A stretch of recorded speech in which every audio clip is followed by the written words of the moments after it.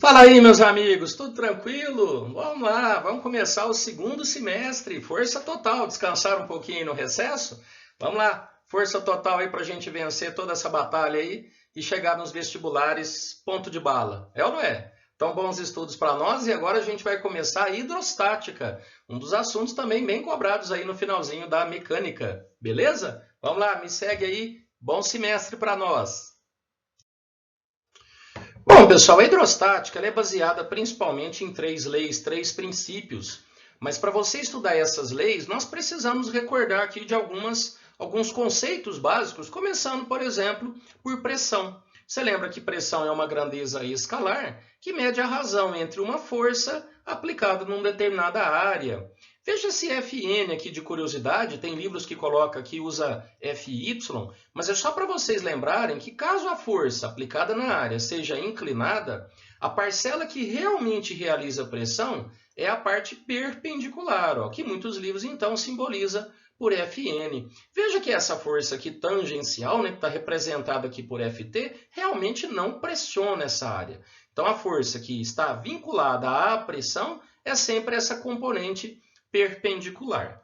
Bom, a unidade no sistema internacional é só olhar a própria fórmula, né? Newton por metro quadrado, e esse Newton por metro quadrado é em homenagem a um dos cientistas da época, o Pascal. Tranquilo? Pascal que você representa por PA.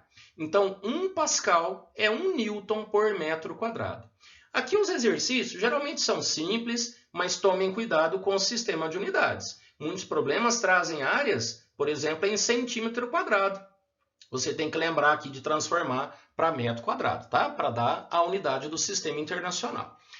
Pressão é muito prático e existem muitas unidades usuais, várias experiências, né? O que a gente vai ver hoje.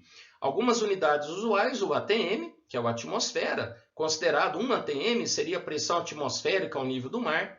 Uma unidade muito utilizada também em laboratórios, o milímetro de mercúrio.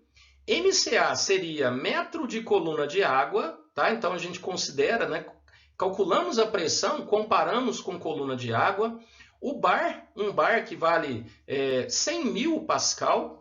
O PSI, que é, traduzindo para o português, libra-força por polegada quadrada. Essa unidade que nós usamos nos postos de gasolina, né? Quando vamos lá encher um pneu, por exemplo, né? O cara pergunta lá do posto, quantas libras você vai colocar, né? Então aqui, na verdade, ó, é libra-força, né? Que é a unidade de força, por polegada quadrada, né? Quase ninguém fala isso, falamos apenas libra, né? Mas vamos aprender aqui a unidade correta. Essas são as relações mais importantes, ó. Com o passar da aula, vocês vão entender por que tem esses valores. Mas o que nós precisamos saber? Que um ATM de pressão, né, uma atmosfera, é aproximadamente 10 a quinta Pascal, ou seja, 100.000 Pascal, valor aproximado, que valer, né, comparado a 760 milímetros de mercúrio, experiência feita por Torricelli que a gente vai revisar, e aproximadamente 10 metros de coluna de água.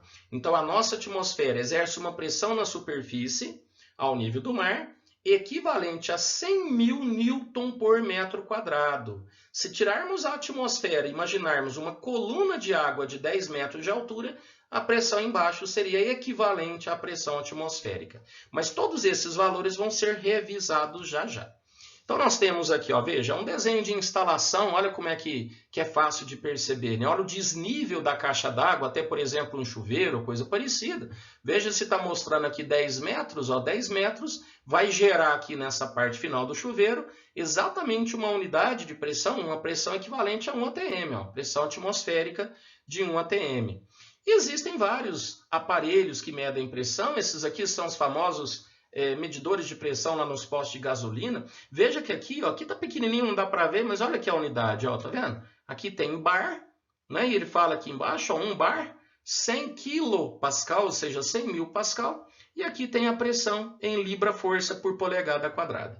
Enfim, o PSI está em vermelhinho aqui, pequenininho, tá vendo? Então, são várias unidades de pressão, é uma grandeza também muito explorada. Geralmente, os alunos não erram a fórmula de pressão ou definição, mas é muito comum errar a unidade de medida, então fica esperto. Vamos ver outro conceito. Um outro conceito importante, conceito de densidade, acho que todo mundo lembra, né? Densidade volumétrica, massa dividido pelo volume. E aqui na hidrostática aparece muito o conceito de massa específica, que geralmente é até simbolizado, para não gerar confusão, com outra letra. A mais comum é a letra grega Mi. Tem livros que representam com a letra grega Rho, é aquela que parece um P. Veja que também é massa sobre volume. Mas existe uma diferença. Olha, densidade é a razão massa sobre volume para um corpo qualquer. Enquanto que a massa específica, ó, próprio nome, né, específico, é para substâncias, para caracterizar materiais. Então, se eu quero calcular a massa específica de um material, por exemplo, da prata, eu tenho que pegar uma quantidade de prata, uma determinada massa, em volume maciço.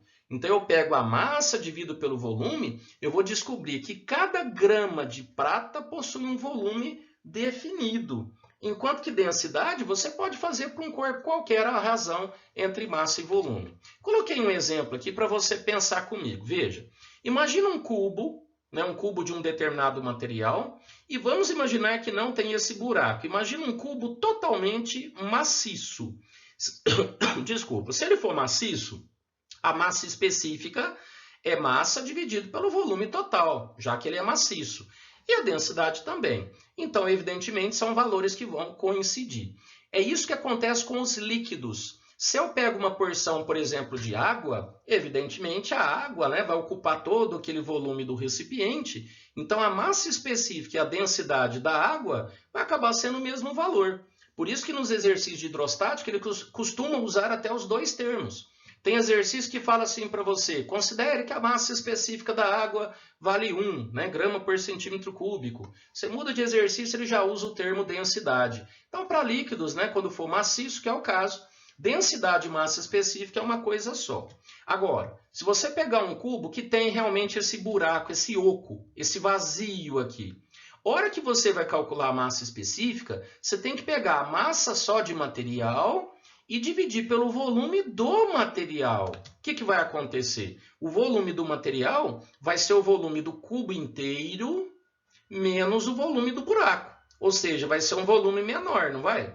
Ou seja, a massa específica vai ser maior do que a densidade, que você vai usar o volume total. Tranquilo? É por isso que, por exemplo, se você pegar a densidade do ferro, é uma densidade grande, se não me engano, 7 kg por litro, ou seja, 7 gramas por centímetro cúbico, é muito maior que a água, mas você coloca lá uma pecinha de ferro maciça na água, ela afunda, porque a densidade é maior. Agora, um navio de ferro não afunda. Por quê? Porque você tem muitas partes vazias, o que torna a massa específica do ferro continua sendo grande, mas a densidade do navio fica pequena, porque usa o volume do material, né, descontando todo esse volume da parte oca. Tranquilo, pessoal? Entenderam a diferença?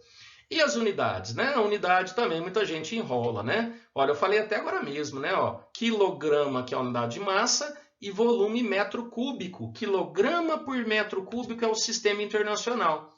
Só que nós temos unidades grama por centímetro cúbico, quilograma por litro, grama por ml, são todas unidades usuais. E aqui tem uma relação rapidinho para você escrever depois no seu material. Ó, 1 grama por centímetro cúbico é a mesma coisa que 1 grama por ml. Centímetro cúbico e ml são unidades equivalentes. Olha, aqui também vai ser 1 quilograma por litro. Vamos fazer o contrário? 1 quilograma tem 1000 gramas. 1 litro tem 1000 ml. Ó, 1000 com 1000 cancela, então 1 quilograma por litro vai ficar 1 grama por ml. E agora, a minha preocupação é essa aqui, ó. Pessoal, como é que é a relação de metro cúbico para litro? Porque o quilograma já está, né? Não precisou mudar. Mas veja bem, 1 litro tem 10 a menos 3 metros cúbicos. Então vamos lá, vamos passar isso aqui para metro cúbico. Ó, vai ficar 1 quilograma e aqui vai ficar 10 a menos 3 metros cúbicos. Esse 10 a menos 3 joga lá para cima, vai ficar 10 a terceira. Então, no sistema internacional, os valores de massa específica, de densidade, são números grandes. Ó. Você está habituados, né? Sempre quando eu estou em sala de aula presencial, eu pergunto, e aí, qual que é a densidade da água? Lembra que para líquidos nós vamos usar o termo densidade e massa específica, tá? Tanto faz, ok? Então, para a água, qual que é a densidade da água? Ah, é 1 grama por centímetro cúbico, né? Quase todo mundo lembra, 1 quilograma por litro. No sistema internacional, vai ser 1000, ó, 10 a terceira quilograma por metro cúbico. Tranquilo? Aí toma cuidado que o valor é bem maior, né? Então, legal, pessoal. Esses são os conceitos iniciais para a gente, então, começar as leis da hidrostática. Começando, então, pela primeira, a lei de Stevin, ou Steven, olha aqui, o cara viveu em 1548 a 1620. Simon Steven, um cara simpático, né? Ele elaborou essa lei, ele estudou muitas situações envolvendo hidrostática, e uma delas, então, levou o seu nome como homenagem. E ele provou matematicamente que a pressão no interior de um líquido em equilíbrio vai depender, evidentemente, diretamente proporcional da profundidade. E olha como é que a demonstração é relativamente simples. Ó, pressão, força dividido por área. Vamos imaginar um pontinho, esse pontinho aqui, que está no interior de um líquido, não se esqueça, líquido em equilíbrio, que está numa profundidade H. Muito bem, o que ele imaginou? Que quem realiza pressão nesse pontinho é o peso do próprio líquido acima desse ponto. Então, no lugar da força, vamos colocar peso dividido pela área. Mas peso é massa vezes gravidade, dividido pela área. E o que é massa? Lembra que a densidade é massa sobre volume? Se densidade é massa sobre volume, no lugar da massa eu vou colocar a densidade vezes o volume. Tranquilo até aí? E qual é o volume desse cilindro que eu estou imaginando, esse cilindro fininho que está aqui acima daquele ponto, esse cilindro imaginário, né? O volume é a área da base vezes a altura. Reparem que a área da base cancela. Ó. Então, o que ele demonstrou? Que a pressão no interior de um líquido em equilíbrio depende da densidade do líquido, da gravidade e da profundidade. Tá vendo? Não dependendo, portanto, do volume de líquido que tem aqui ou do formato do recipiente. Depende apenas da densidade, da gravidade e da profundidade. Pessoal, tem muito livro que usa aqui o termo massa específica, né? A letra grega mi. Aí a formulinha fica MiGH, mas tanto faz, eu acho que a preferência da galera hoje em dia é manter aqui o D de densidade. Fiquem à vontade. Lembra que a pressão total, né? Se eu quero a pressão total nesse ponto, já temos uma pressão externa, né, pessoal? A pressão que a atmosfera exerce nessa região. Então, a pressão total é a pressão atmosférica mais DGH. E muitos problemas cobram a parte gráfica, né? A parte gráfica, veja, um gráfico pressão em função da profundidade. Profundidade zero, ou seja, estamos aqui na superfície, eu tenho a pressão atmosférica inicial. À medida que vai aumentando a profundidade, a pressão então vai variando linearmente com a altura. Pessoal, tranquilo, né? Só que essa lei ela tem vários desdobramentos. Vamos lá, acompanha comigo. Tem um assunto interessante, é conhecido como paradoxo hidrostático, né? O que seria esse paradoxo hidrostático, né? Parece, mas não é. Bom, isso aí consiste numa comparação de vários recipientes contendo líquidos, na verdade o mesmo tipo de líquido, todos eles a mesma profundidade, tá vendo? A mesma altura. Se eu comparar as pressões aqui embaixo, lá no interior do líquido, antigamente as pessoas imaginavam que o volume maior, por exemplo, o formato do recipiente ia influenciar a pressão final. E isso não é verdade. Não existem experimentos já que demonstraram, existe a parte matemática também, que se você colocar um aparelhinho aqui embaixo para medir a pressão, essa pressão vai depender apenas da profundidade do tipo de líquido. Sendo o mesmo tipo de líquido, estando os pontos à mesma profundidade, as pressões então são todas iguais, né? Então, olha aqui, ó, são dois desenhos diferentes, né? Olha só, a pressão aqui embaixo, de todos esses pontos, seriam pressões iguais, igual no primeiro desenho. Agora, cuidado, tem exercícios que ele pede a pressão do recipiente na mesa. Aí, se eu quero a pressão do recipiente na mesa, eu vou imaginar força dividido por área. Aí sim, essa areazinha do contato vai fazer a diferença. Mas quando eu quero a pressão hidrostática, a pressão lá no interior do líquido, essa pressão no líquido vai depender apenas da profundidade e do tipo de líquido. Aí tem os princípios dos vasos comunicantes. O vaso comunicante é um recipiente, como o próprio nome diz, ó, a ramificação aqui embaixo comunica todas elas, né? E quando você despeja o mesmo tipo de líquido, é óbvio que você vai perceber que esse líquido se espalha numa horizontal, né? Numa direção paralela aqui à superfície, né? Considerando a superfície horizontal, aqui vai ficar paralela, tá vendo? Paralela, ou seja, perpendicular à nossa gravidade, né? Muito bem. E aí, quando a gente compara as pressões, eu vou falar um negócio aqui que vocês vão usar muito para fazer exercício. Quer comparar a pressão num sistema de vaso comunicante? Pega uma linha horizontal, ou seja, paralela à superfície livre, e pega esses pontos sempre pertencentes ao mesmo tipo de líquido. Então aqui, ó, essa linha é conhecida como linha isóbara. Então a pressão no ponto A, no B e no C são todas pressões iguais. Você vai utilizar o termo DGH, tá vendo? Depende só do tipo de líquido e da profundidade. Reparem que os pontos D e E são mais profundos, então as pressões são maiores. Mas a pressão do D e E, por estarem alinhados, também são pressões iguais. Se tivesse um pontinho aqui no meio do caminho, ó, tá alinhado com os pontos, né, D e E. Então esse ponto, por exemplo, F, esse alinhamento garante que as pressões são iguais. Então há uma transmissão da pressão daqui até essa região aqui embaixo, ó, que nós vamos ver nos desenhos já já. Aqui é uma coisa que os pedreiros usam muito, né?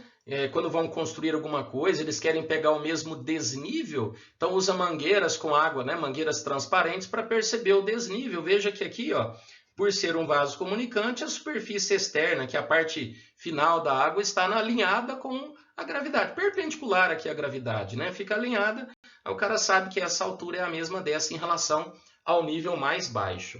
Muito bem, vamos continuar. Olha só, pessoal, um exemplo muito legal, muito cobrado. São exercícios que já caíram em vários vestibulares. Aqui usei uma foto de um site de física muito interessante, o Física na Veia. Tem muita curiosidade lá para vocês estudarem, quem ficar curioso. Mas aqui é o seguinte, pessoal, veja. Isso aqui é uma caverna famosa na França. Eu me esqueci o nome, mas é uma caverna muito visitada lá por turistas. Mas veja que trampo, né? Veja que ela tem uma comunicação aqui com o oceano, ó. E olha que lá dentro tem um bolsão de ar, tá vendo? E veja como a água fica, né, alinhada com a parte externa. Esse desenho de baixo, esse desenho à direita é um pouco melhor. Lembra daqueles meninos, né, que ficaram presos numa caverna? Olha o que está acontecendo aqui. Veja que quando eu pego esses pontos, no ponto A, por exemplo, a pressão é só atmosférica. Se eu mergulhar aqui, ó, no ponto B, veja que esse alinhamento aqui garante que as pressões aqui são iguais. A pressão no ponto B' vai ser igual à pressão no B. E quem exerce pressão no ponto B' é a pressão do ar no interior da caverna. Então nós temos a pressão do ar, que vai ser a pressão no ponto B, e aqui nós temos a pressão no ponto B, que vai ser a atmosfera mais a pressão da água. Conclusão, como que a gente calcula a pressão do ar no interior da caverna? Nós comparamos com a pressão no ponto B. Então, a pressão no ponto B' é igual à pressão no ponto B. Como a pressão no ponto B é a pressão atmosférica mais DGH, você descobre a pressão no ponto B'. Tranquilo? Quando você pega, por exemplo, sistemas que não se misturam, né, os líquidos immiscíveis, basta você igualar também uma linha horizontal e veja, passe uma linha horizontal pegando pontos pertencentes ao mesmo tipo de líquido, ó. Então, se eu pegar o ponto A e o ponto B, eu tenho que garantir que o ponto A está na superfície aqui do líquido amarelo, tá? Só vale para pontos pertencentes ao mesmo tipo de líquido. Então, se PA vai ser igual a PB, quem exerce pressão no ponto A? A pressão atmosférica mais a pressão do líquido laranja, ó, DGH. Isso é igual do outro lado, a pressão no ponto B será atmosférica mais a pressão do líquido amarelo. Nessa situação dos recipientes abertos, você corta a pressão atmosférica e corta a gravidade. Então, nós temos uma relação simples de densidade e altura. Ó, densidade do líquido A vezes a altura aqui A, né, o líquido laranja, vezes HA, vai ser igual a densidade do líquido B vezes HB. Agora, numa situação como essa, você concorda comigo? Ao despejar os dois líquidos, aquele que fica embaixo é o mais denso. Então, se esse líquido amarelo é mais denso, para compensar a pressão no ponto B, essa altura tem que realmente ser menor. E do lado de cá, como esse líquido é menos denso, para dar uma pressão idêntica aqui no ponto A, idêntica a B, essa altura tem que ser maior. Pessoal, tranquilo? Nós estamos terminando aqui e uma das experiências mais legais da física, né? Experiência de Torricelli, né? Que fez uma experiência, aqui você vai ver uma das unidades utilizadas para medir a pressão atmosférica. Vamos imaginar primeiramente ao nível do mar, né? Gente, você vai imaginar um tubo de ensaio grande, comprido, 1 metro de tamanho, que você enche de mercúrio. Vira de ponta cabeça e coloca esse recipiente aqui dentro de uma vasilha também contendo mercúrio e você tampa essa parte de baixo. Antigamente tampava com a mão mesmo, então colocava a mão aqui por cima, virava de ponta cabeça, enfiava a mão aqui no mercúrio, tampando todo o sistema. Muito bem, na hora que deixou o equilíbrio, não podemos deixar entrar ar aqui no recipiente, aí tira a mão. Hora que tira a mão, você vai perceber que parte do mercúrio desce, ó. Parte do mercúrio desce e a grande parte vai ficar em equilíbrio aqui, ó, na parte superior. O que Torricelli fez? Ao nível do mar, mediu essa altura. E aí, olha a relação que simples. Olha, o sistema está em equilíbrio. Então, se eu pegar um alinhamento, pode ser aqui embaixo, um alinhamento horizontal, as pressões serão iguais. Então, eu posso dizer que aqui na superfície a pressão A vai ser igual à pressão B. Quem exerce pressão no ponto A? A pressão atmosférica. Quem exerce pressão no ponto B? O mercúrio. Aí, o que o Torricelli imaginou? Olha, então a pressão atmosférica local é uma pressão equivalente à pressão exercida por mercúrio numa altura de 76 centímetros. Vou repetir. Pressão exercida pela atmosfera é equivalente à pressão de uma coluna líquida de mercúrio de 76 centímetros de altura. E acabou virando uma unidade de pressão que nós usamos até hoje. Por isso que nós dizemos que a pressão atmosférica vale 76 centímetros ou 760 milímetros de mercúrio. Olha aí como é que fica, mais ou menos isso aqui que vocês estão vendo nessa animação.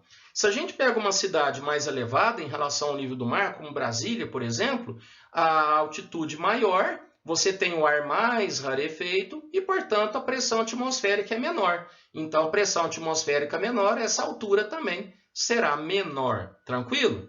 Vamos fazer uma comparação rápida aqui. Então, para mercúrio, o que nós estamos falando? Que a pressão atmosférica é equivalente à pressão do mercúrio.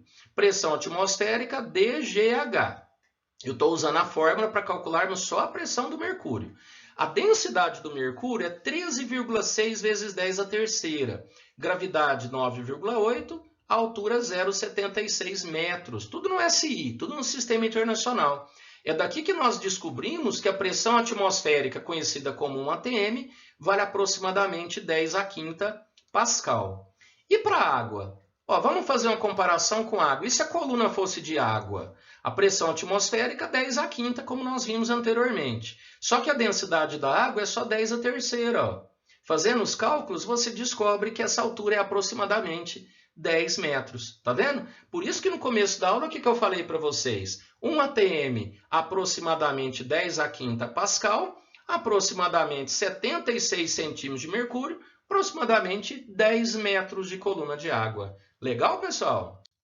E o último desenho, temos aqui um desenho famoso, conhecido como manômetro, que é um aparelhinho para você medir pressão de gases. Então aqui nós temos um gás confinado, coloca-se um líquido, geralmente até mesmo mercúrio nos problemas, e você usa a mesma coisa que nós estamos trabalhando na água. Passa